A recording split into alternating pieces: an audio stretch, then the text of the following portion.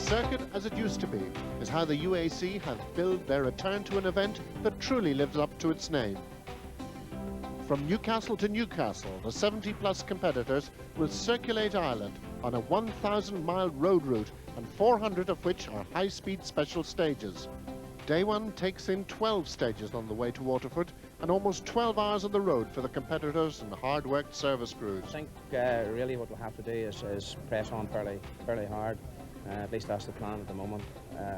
I would say a lot of people expect me to go fairly quickly in these stages because they'll reckon that I would be fairly familiar with them, but we still have to go fairly quickly and set a pace and just basically see how the other guys are doing behind. I think the last time that we did the circuit was this long was in '86. That year we were looking at we finished third, and you know, this year I think it's going to be sort of pace ourselves and see who'll be there at the finish or whatever. I reckon reasonably good. It depends on this weather as well as anything can happen. I mean, there's no one going to predict even a time for the first stage. It could be a minute slower than everyone else.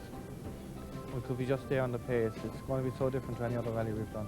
If it stays dry, we'll have to try and keep somewhat in touch with the four-wheel drive supercars in front of us, if we can. And I think the fact that our car is naturally aspirated, we can get myself going. we may not be too far away. But you just haven't really had any testing with the car, and it's probably going to take a few stages to get into it, you know. But back to the old circuit that you used to love. Yes, I hope so, yeah.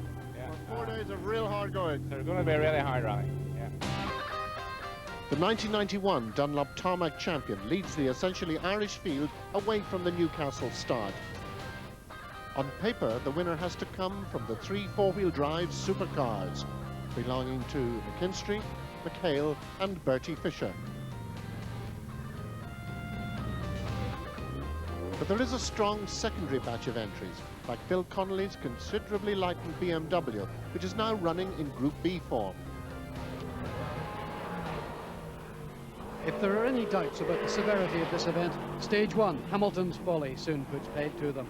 The top runners are all wise to this famous jump, which has provided such spectacular pictures in the past.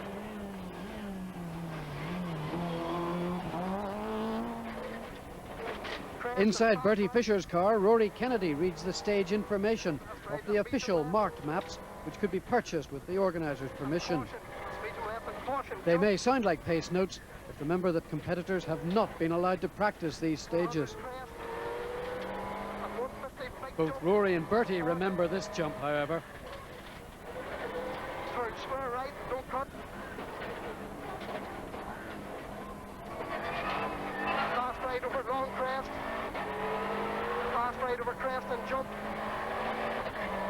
And jump. And caution. Frank Meagher has also been warned, but David Greer goes up Hamilton's Folly in the old style.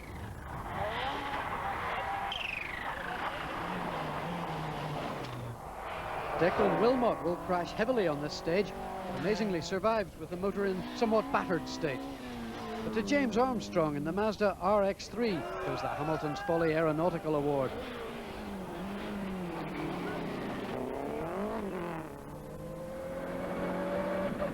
Difficult territory this to get used to your new car, but Fisher in the Tough Max Subaru is second fastest on stages 1 and 2.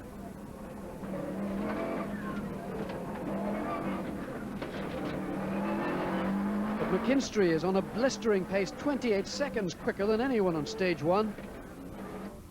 And 17 seconds here on stage 2. McHale's in early trouble with a puncture.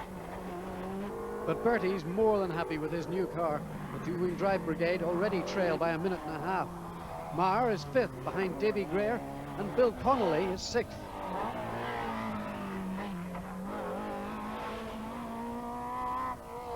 Trevor Cathers leads Group N and is 8th fastest on this stage. While Andy Blair and Kevin Booth from Derbyshire get used to the Irish stages. And Mark Carson's Renault looks considerably better than it did in Galway. Stage 3, and the two Subarus have established themselves up front. Fisher has been trying to put a deal together for a Legacy for over a year, and now he's aboard his new toy.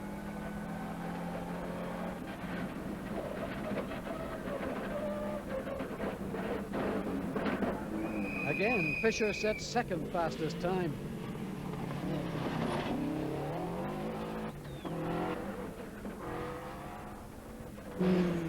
Richard Hall returns to big-time rallying in a Group N Lancia and lies second to Cathers in the category.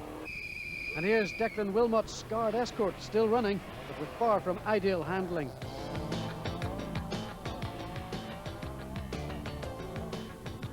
It's refueling time at the Lisburn service halt for both machine and man. Not all rebounds, is it? No. Not at all, but no, we're quite happy. Settling down at the car and getting the feel of it, you know. First two stages, unfortunately, the boys hadn't told me about cushioning in the intercooler switch, so we drove the first two stages without an intercooler, which... How does that affect Well, it? it left it down on power, you know, and I said to the boys, and then they saw the intercooler switch wasn't in, so last stage was certainly sharper, and we're quite happy. Not happy, Austin McHale, as this puncture has cost him a lot of time. Not much left of that. No, it's not a bad tyre. It did 6 miles with a flat wheel, you know, but we're unfortunate, but 4 miles into a 10-mile stage, I didn't flip anything. The wheel went down, so I went cautiously to the end of the stage. We're lucky we didn't drop too much. We dropped a minute and a bit, I'd say, to Bertie and Kenny. I don't know actually how much we dropped, but it's a bad start for the rally overall, you know. Left 4. Frank Meagher explains his problems in getting used to the official maps. Tail left in will be a left 5. It's just trying to get it all back into, like learning something all over again. We did these about 6 or 8 years ago, but to trust them is the biggest problem. And to be But they are very detailed. They're 100% if you can trust them. Stage 5 south of Tandragee, and nobody can contain McKinstry. He has been fastest on 4 of the first 5 stages. McHale just can't match the Subaru at present. And Fisher is consistently faster, albeit 14 seconds slower than McKinstry. Maher's flaming Cosworth has now moved up ahead of Greer, as the two-wheel drive boys have a great battle with just 5 seconds between them.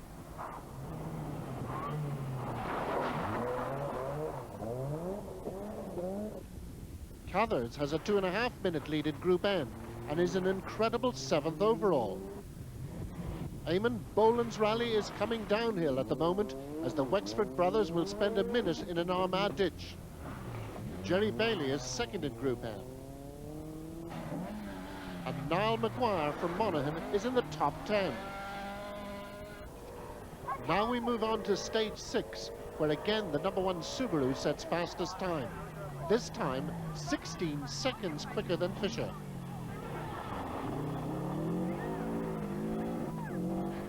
Turn hairpin right. Rumours of competitors carrying illegal pace notes are rife, but as both Subarus are carrying in-car cameras, that puts them beyond suspicion. Turn square right.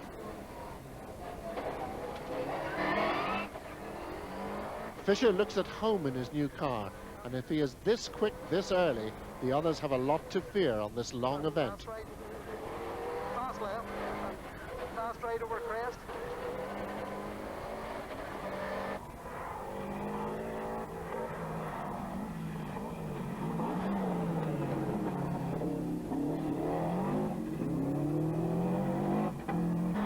Austin's Toyota looks nervous on the stages.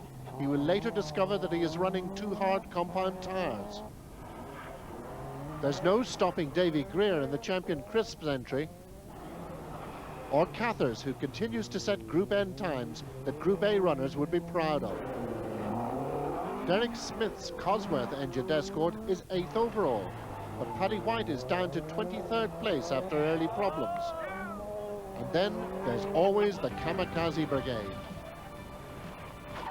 Eugene O'Donnell from Donegal.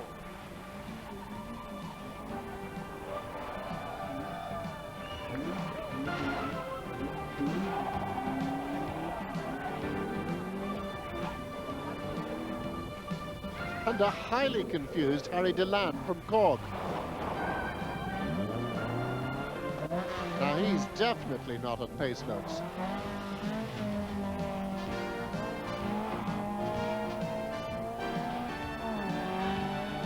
Now the bad news. Listen to the top Max Subaru. It's misfiring. Bertie takes up the story. About 2 miles into Special Stage 7, the car seemed to go off a bank of cylinders, and was misfiring very badly through the stage. We finished the stage and got the service, and the mechanics tried various things and eventually discovered after quite a bit of time that it was a camshaft follower had seems to have seized in the cylinder head and was holding a valve open, and obviously the car running off cylinder then. So there wasn't really enough time to do anything about it, so it was more or less instant retirement at the end of Stage 7. Now Austin McHale's coming into home territory as we reach Stage 8 south of Drogheda. He proves it by taking his first fastest time. Meagher is now third, but both David Greer, lying fourth overall, and particularly Bill Connolly, who's fifth, are quicker than him on this stage.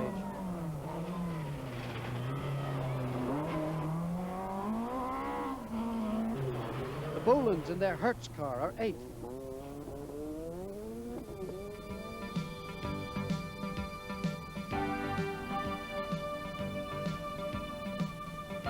From north of Dublin to the south of the city in the beautiful Wicklow Mountains, we drop in on one of the greatest tests of them all, Havana.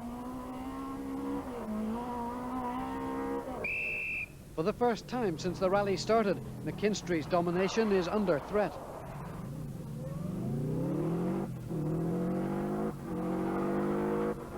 As we go inside the Caliber car, the Toyota is closing behind. It's all okay up here, just jumps.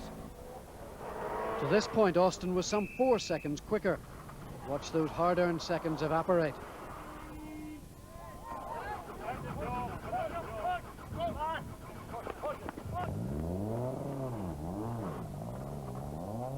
Still, he's second fastest, 1 second quicker than Meagher.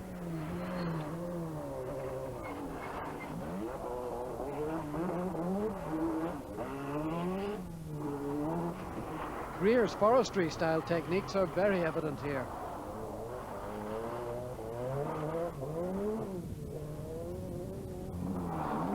You can see evidence of the Bolans' misadventure as they move up to 7th. Fintan McGrady gives us a bit of that old-time rally religion, as does Niall Maguire before we move on to stages 11 and 12. In the first day, McKinstry takes 9 fastest times from the 12 stages.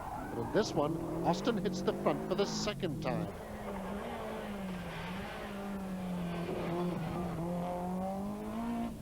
Bill Connolly has been speeding up as he moves south, and he will move ahead of Greer before Waterford. The Bolans seem to be on rocket fuel. And Fintan McGrady's classic style has brought him into the top 10. Trevor Cather's triumphant Group N drive is about to end in tragedy because he's yards away from a major accident. The County Tyrone haulage contractor Sierra is wrecked, but more seriously, he is suffering from back pain. Yet the car must be moved off the road. Gordon Noble's concern for his driver is evident. Trevor suffered a broken vertebrae, but fortunately no serious long-term consequences.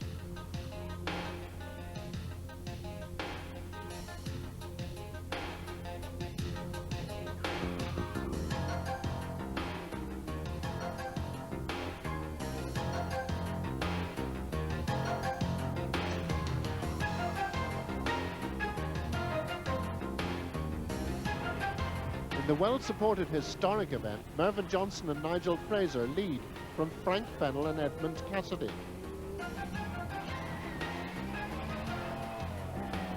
Rally preparation expert David Sutton is in this Mark I Lotus Cortina, but the number 1 seat, Max Harvey, has been in the wars.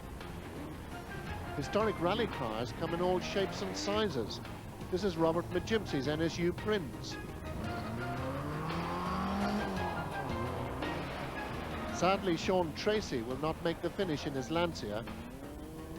And these very modern ladies, Marie Maloney and Catherine Tracy, are enjoying their time warp in a Lotus Cortina. But Day one undoubtedly belongs to Kenny McKinstry. The opposition are somewhat stunned by his 3 minutes 9 seconds advantage. I mean, we've been driving fairly hard. I mean, there's no point in saying that we haven't been taking any chances. We've had a few up on banks and spins and straight ons at junctions and things like that, but I mean, that's only to be expected. A couple of stages earlier on today in the north, we had actually chosen the wrong tyres, and we had a few moments in there, but I mean, nothing out of control or nothing dangerous, so you know, there's a bit more left there. Now, I know you were very apprehensive about this being a blind rally at the beginning. Are you a little bit more reassured now? I mean, I've always said that I wanted pace notes, and I still want pace notes, but what I will say is that I'm really enjoying the event, and actually coming in the road section, Robbie said, you know, that he was really enjoying doing what he was doing on the maps, so who knows, I mean, could be a thing in the future, this. The last two stages we thought we could go pretty quick, and we had a misfire. Every time we put down the boot, the car would just kick back. But we've changed a lot of electrical parts now, and hopefully it can be okay in the morning. Colin McRae, what are you doing here? No, I'm just over having a look and seeing how it's supposed to be done. It's just that a McRae can't stay away from the Circuit of Ireland, is it? Well, it's the first time in 16 years since my father's missed the rally, so I thought I would come in his place. Well, now, the cars that you're used to, the Subarus, seem to be doing very well. Yeah, very well. It's just, well, I've just heard that Bertie's retired, which is a bit of a shame, so but Kenny seems to be going very well. I wish he was doing it now. I shouldn't have come here. Hello there! Back on the circuit again? Absolutely, and why not? Can you remember how many this is? We think it's 29. Right. Well, Sammy Hamill thinks it's 29. I didn't finish 29, but certainly I think it's 29 starts. Right. Quite a lot. First time, 1947. Fantastic. Oh. And it's going all right? Absolutely going great. We think we might be in our class. I mean, we might be leading our class. Stand back a minute. What's this rather appropriate sponsor? Well, could I have a better sponsor? Better cause? Help the age. Good charity. Basically what we have here is a very, very dedicated team to a very, very good driver, a very, very good navigator, a 12-year-old car. I'm glad to see you left the old Subaru behind and did talk to us. We have three self-employed businessmen with a storeman. We have a lady, I don't know what she does, but she's making tea today. We have 2 truck drivers. Everybody has given up their jobs to do this job this weekend. It's a team effort. Sean Bosch, here's the man that's doing it all. You've lost your driver. I've just laid my driver for the time being anyhow. That's a bit of a snag when you're 9th, 10th overall. It's the most peaceful time I had all day. He didn't seem to have gone. So day one of the 1992 Circuit of Ireland ends without Bertie Fisher, but with Kenny McKinstry leading the field, 3 minutes 9 seconds ahead of Austin McHale. Day two consists of 7 special stages, all around County Waterford. The Sunday run was always the traditional short day in the old circuit format, and the UAC have kept with that tradition. Shortly after high noon, the shootout between McKinstry and McHale has truly started. But as our camera has just shown, on a blind rally, danger is always lurking.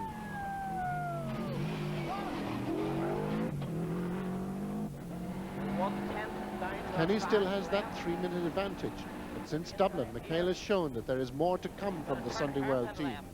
Turn hairpin left.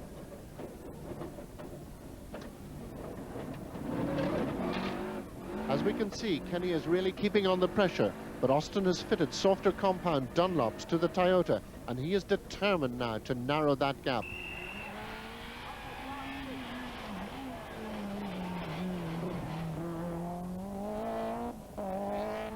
Frank Meagher is a further 2 minutes adrift. On home territory, Meagher must make up some of that leeway. Bill Connolly is less than a minute behind in a real threat. And David Greer is only 11 seconds behind the BMW. The Boland brothers are 6th, but with alternator problems. Fintan McGrady is in the top 10.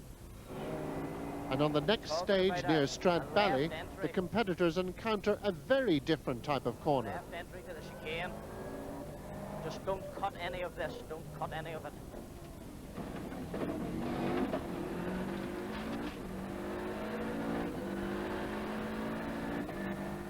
McHale is most impressive, but gives the bollards a very wide berth.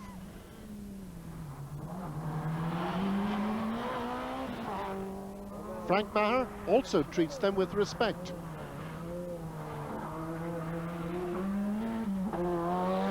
As indeed does David Greer.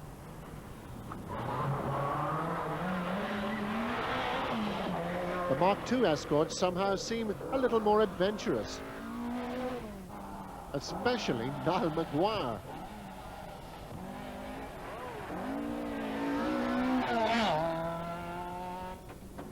The circuit is certainly creating its Easter magic, with the crowds out in their thousands as we move on to stage 15 north of Dungarvan. Turn square left.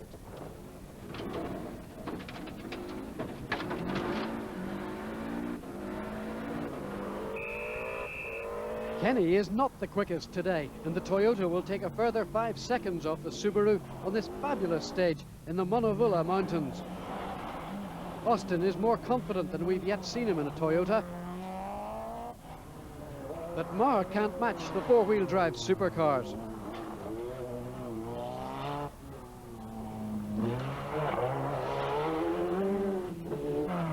Bill Connolly is about to hit big trouble in more forms than expected. And that will move David Greer up another place.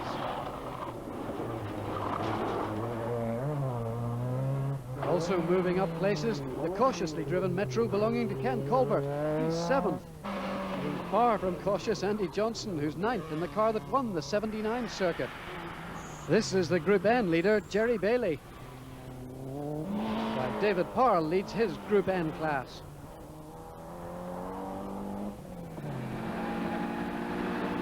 Kenny McKinstry and Robbie Philpott head down the mountain at high speed on stage 16.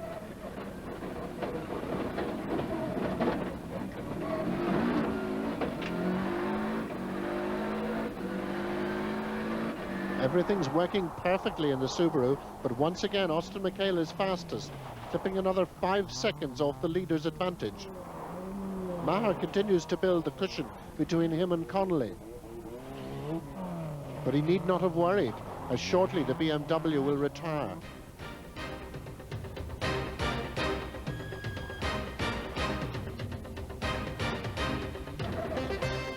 It's hard to comprehend that only 17 of the 38 stages, not even half, have now been completed, as we learn about another major retirement.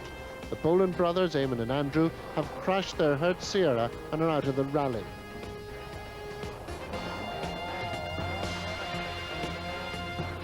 As the remaining crews book into Dungarvan service, 43 of the original starters remain. McKinstry reviews the situation. First 2 stages out this morning, we're going very quickly. Once we come back into service, we decided not to carry on at that pace. We backed off slightly, so Austin has been taking like about half a second, 3/4 of a second a mile off us today, so we're prepared to let him do that till just see what happens after today. We're cutting down the lead, but there's an awful long way to go. We've got 12 on that last one there, and I don't know what we've taken back overall. I think just 12 and 5 and 7 previous, something like that. But you know, the rally's only half over this evening. Your team are changing the front shocks here. Is there a problem with them? I thought the shocks were going a bit soft on that last stage there. There's a lot of jumps and that, but we're just changing them. They're after doing, they did Galway and they did the start of this rally, you know, so they should be about done at this stage. Certainly no problem keeping your concentration up today. The stages are changing so much. I mean, the last one we started off in the dry, we got up into the middle of the mountain and it was very, very wet and very slippy. And at the bottom of the stage it's bone dry again. So, I mean, it's very, very difficult to make a proper decision. So you're always aware of what's going on. Then a jump over a bridge.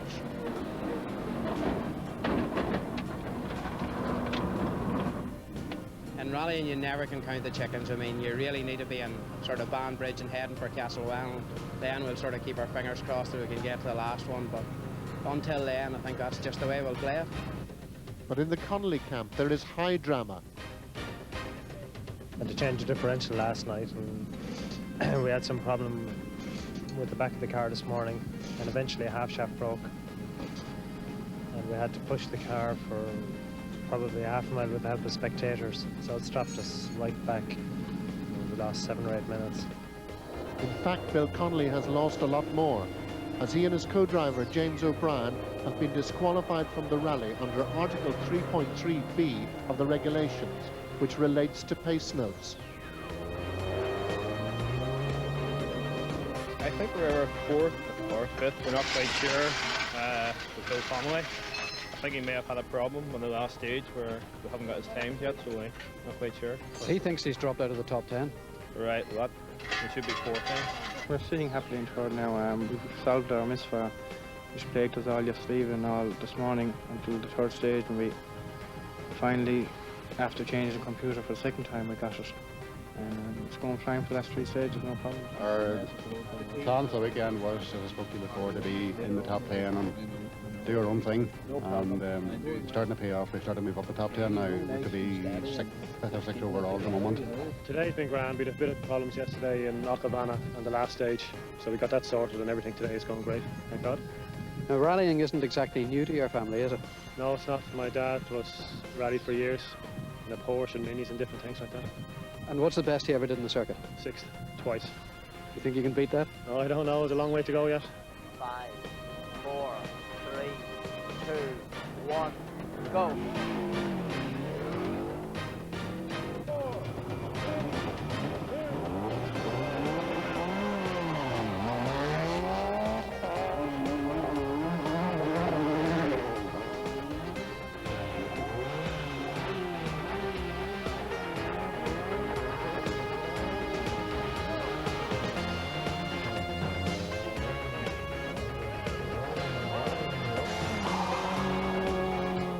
Stage 19, the last of the day, and all of County Waterford seems to have come out to acknowledge the heroes.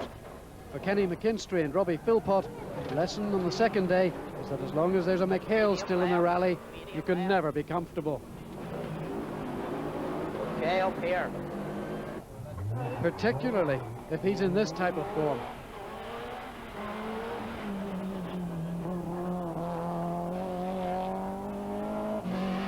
Andy Johnson and Paul Shields have shot up to 7th place. Fintan McGrady and Cyril Whelan are in entertaining 9th. Now Maguire and Sean Walsh a highly entertaining 8th. And Declan Wilmot and Anthony Nestor are lucky to be there at all after a first stage accident. This is Paddy White and Aidan Moran in their newly converted Group A Cosworth.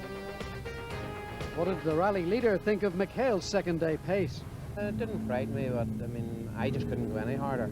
It's just as simple as that. And we were starting to get caught out with a few things that just weren't on the map. And just decided just to kill it a little bit. So that was basically, I mean, we're still going fairly quickly, but just that wee bit in reserve.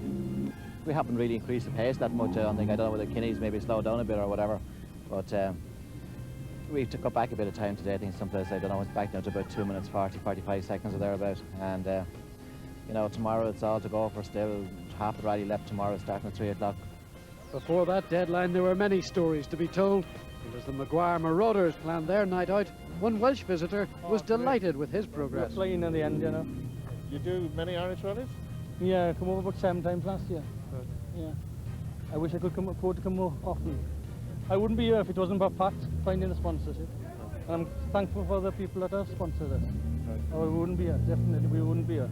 Yeah, we're having a very good run today now. I couldn't believe it when I heard we were 9th overall there. And we're first in the class as well. So you're picking up a place a day at least? Yeah, but it's hard work. So they extend the rally till Thursday and you'll be... I'll be dead. So, but I have a good service crew here now, you know. But I just want to pass the remarks. See all that old sophisticated computerized suspension stuff, all that old crap. Our 12-year-old car today needed a part. Or our 14-year-old car today needed a partner, and this is the God's truth. That's right. We went up a farmyard to a farmyard in the middle of Waterford and asked him would he have a distributor. By any slim chance would he have a distributor for a 2000 tint of overhead cam, and he says yes, no problem. And he fleeced me. I had to give him £15 for it then. The historic entries continue to please the crowds. Although hidden from publicity by their place at the end of the field, the drivers like Mervyn Johnson and Frank Fennell really do enthrall the spectators. Mervyn had the early lead. He will swap places with Fennell after a gentle roll. Drexel Gillespie is third. And Drew Wiley is really giving his little imp some stick.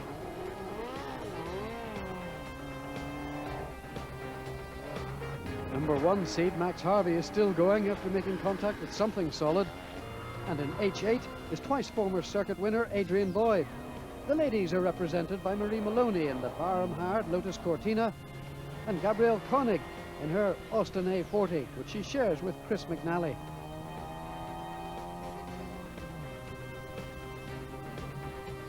And so day 2 comes to a close with the promise of a great battle between the two Macs in the morning. After 19 stages, the circuit is certainly the way it used to be, warts and all, with the old illegal notes controversy raising its ugly head again. Day 3, the start of the sting in the tail for the Circuit of Ireland, the long run up through Galway to Sligo. Monday afternoon and the push for home begins. McKinstry is the hare, McHale the hound. And Meagher the local hero as he travels towards Clonee with the countryside out to cheer him. David Greer, a long way from home, cannot hope to make up time here. And Ken Colbert's super cautious approach in this rally is still evident.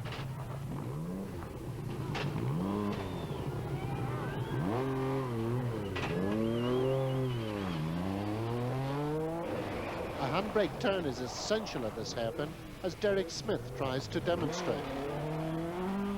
Andy Johnston gets it just right. And you can see how deranged Declan Wilmot's front suspension is in this shot.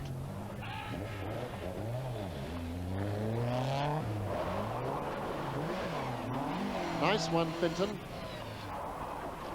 And some serious stuff from Mr. James. And James Armstrong in that oddball Mazda is going fine. David Carr's not too good on the handbrake. He should take a lesson from Liam Brady.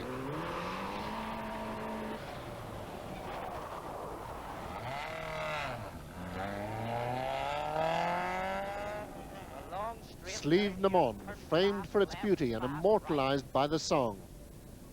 Today it provides the backdrop to a stage on which its local resident will star.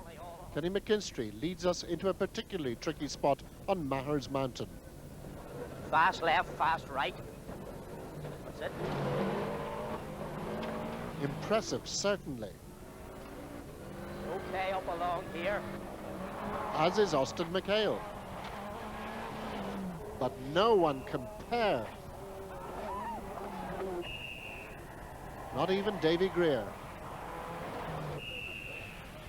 The long circuit was introduced to encourage the privateers, and amongst the more elderly machinery, there are some great battles.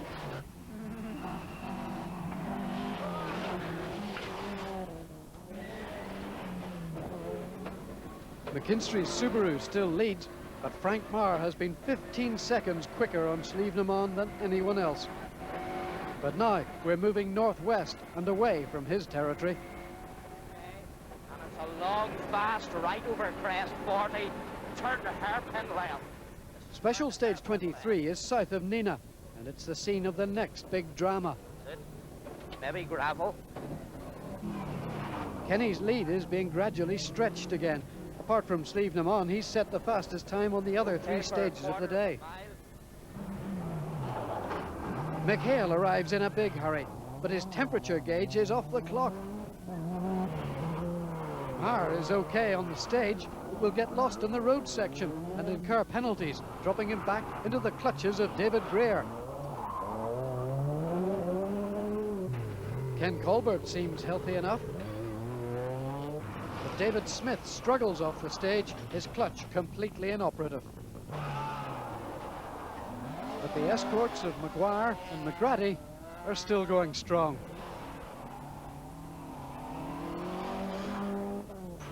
So too the Group N BMW of Jerry Bailey.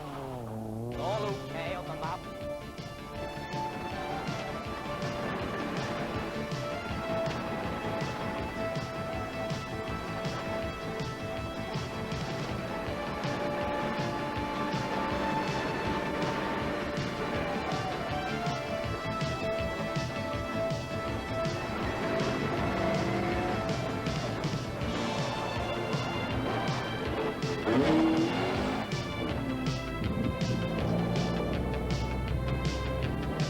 lap. It looks like a K right. Might be it here. That's it. That's it. Oh, really enjoyable, that wasn't it?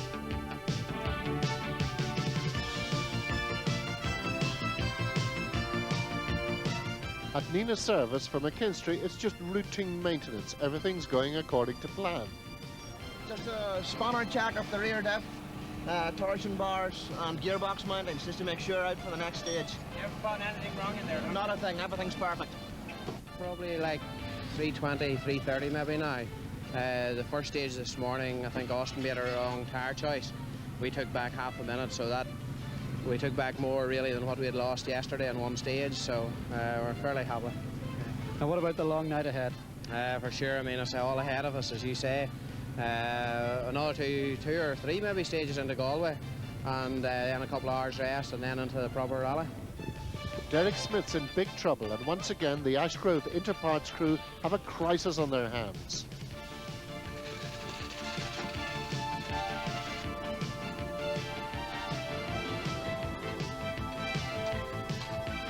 The clutch slate is gone, so they had to take the gearbox out to change that. So how long is that going to take? Probably 25 minutes. Hopefully they can do it in that time.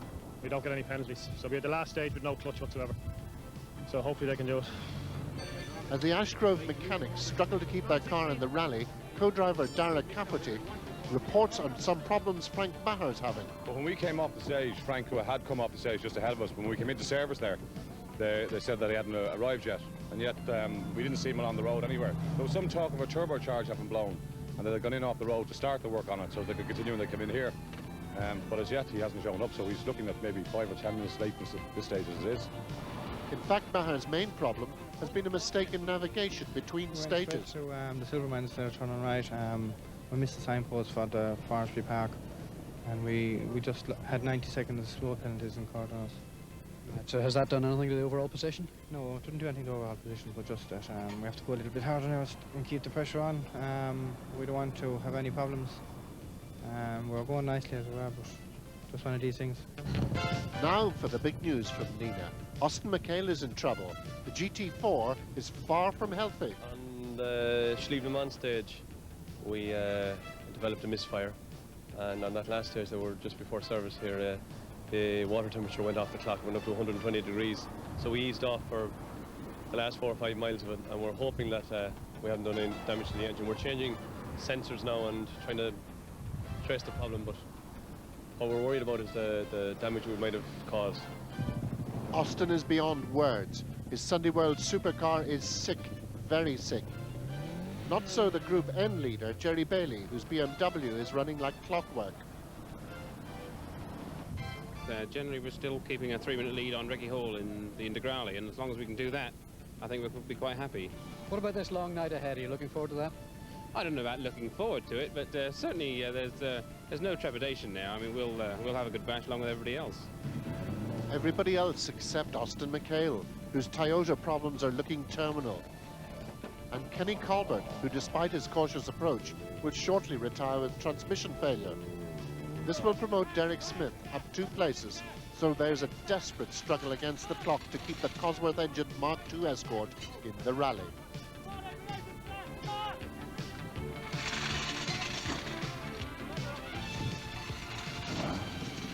We took the gearbox out, and then we took the bell housing out, and the seals were gone in a hydraulic clutch release bearing.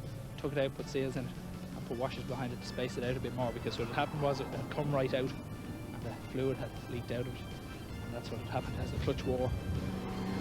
So it's back in, it should be 100%, so we just check it in the next service and hope everything's all right.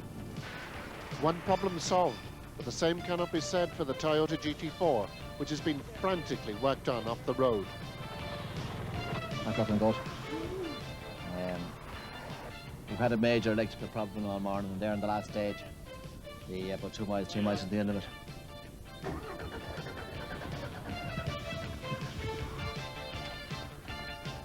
It's all over, and the look on Austin's face tells it all, as he once again turns away from another chance of winning his most coveted prize, the Circuit of Ireland. The rally goes on. And it would seem to be a gift now for McKinstry as the opposition crumbles and his only enemies become distance, concentration and reliability. And then a long, fast right. Long, fast right. Seem to have lost Austin McHale about 2, maybe 3 stages back. And the second last stage was cancelled. I don't think they had a doctor on it or something like that. So I think at the moment we have about a 7-minute lead. I think the next 2 stages out, they're the longest stages of the rally. One of them's a 17-miler. And just to keep your concentration on that is definitely going to be very hard. But at the Galway halt, there's an ominous screech from the Subaru's clutch. We're not in any problem from a time point of view, but I mean anything can happen to the car. I mean, it's one of those technical devices that can go wrong. The car's good now. The car's not too bad at the moment.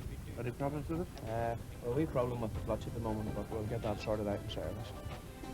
At the end of the 3rd day, McKinstry's dream of a first ever circuit win is still looking good.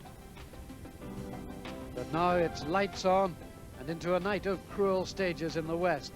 The sting in the tail, like it used to be on the Circuit of Ireland. But suddenly, Kenny's underplayed clutch problem becomes a major setback. Witness, with the Calibre crew, the dying moments of their momentous drive.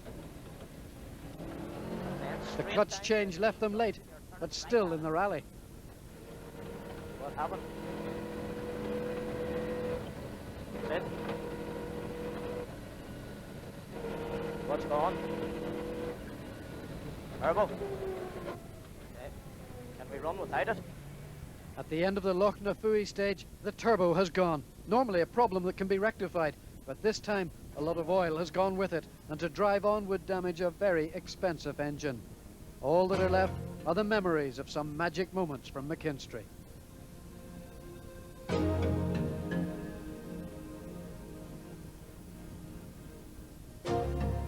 So, out of the night comes the new leader, Frank Meagher. It's a sensational change, which also promotes David Greer to 2nd. Good fortune for some, but a broken heart for Andy Johnston, who had climbed as high as 5th. The HSR Chevette is very sick. And now he will have to bear the indignity of a rope to tow him back to Belfast. Andy, it doesn't look good, that. No, I'm afraid we blew a head gasket, so we did. What, just in the last stage? Yes, the one before last, just at the end of it. So we limped here, and really we're out. End of a very good run. Well, it was fun. So it was. But... There are 6 stages still to go, almost as long as some British Championship events. So it's a final check before the Duckham's Cosworth is on the road again and heading for victory.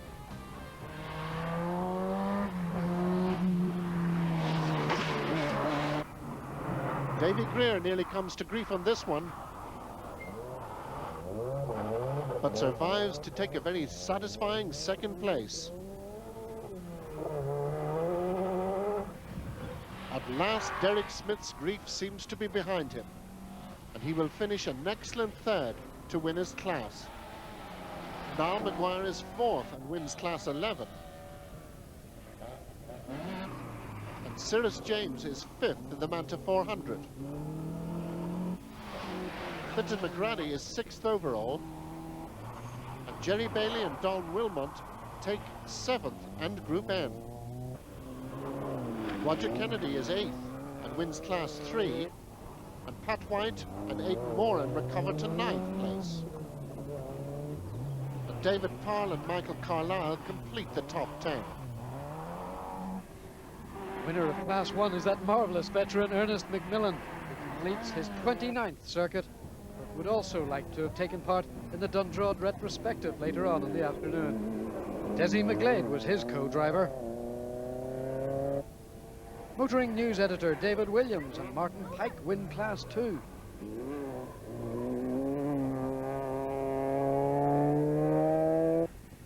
John Hunt and Louis Stevens take Class 5.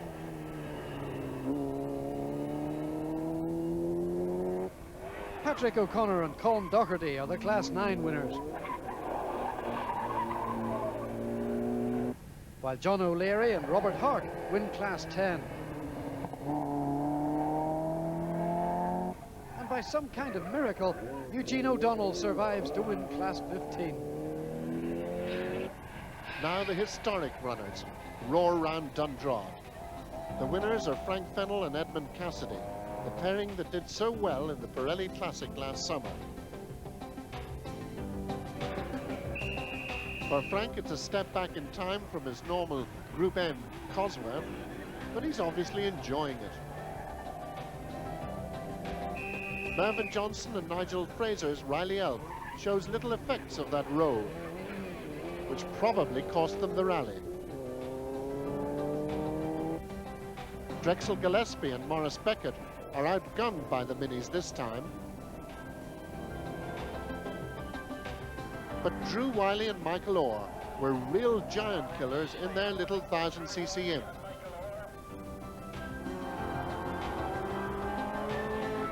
David Sutton returned to the wheel to take 5th place.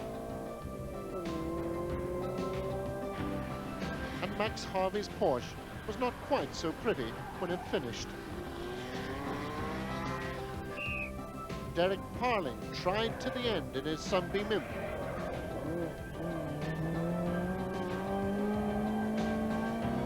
And twice Circuit of Ireland winner Adrian Boyd, along with son Jonathan, brought their A40 to a Group A win. Stephen Clark won Group C in his Vauxhall. And Robert Bajimsey, well, he just entertained.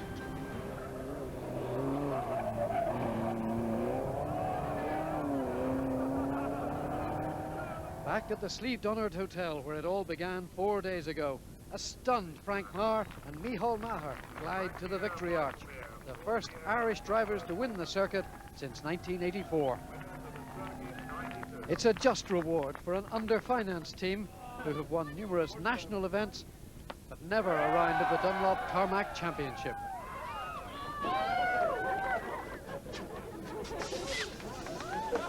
I still don't believe it, but as soon as we're finished with the Group A check, I'll be satisfied to have won the Circuit of Ireland. And what exactly does it mean to you now to have won this premier event?